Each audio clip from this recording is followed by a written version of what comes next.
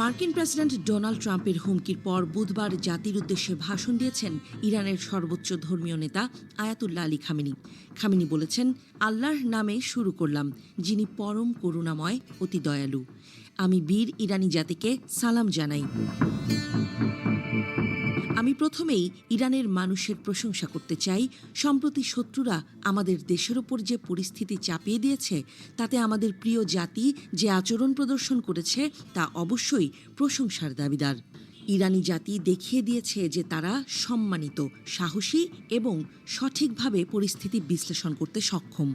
গাদিরের দিন যে মহান আন্দোলন জনগণ বিশ্বকে দেখিয়েছে, তা ছিল এক বিশাল আন্দোলন। এই কয়েকদিনে তারা জনসমাবেশ করেছে, মিছিলে অংশ নিয়েছে, জুমার নামাজে তাদের উপস্থিতি, নামাজের পর তাদের মিছিল, এই সবই আমাদের প্রিয় জাতির বুদ্ধিমত্তা, আধ্যাত্মিকতা, সাহস ও পরিস্থিতি বিশ্লেষণের শক্তি প্রদর্শন করেছে।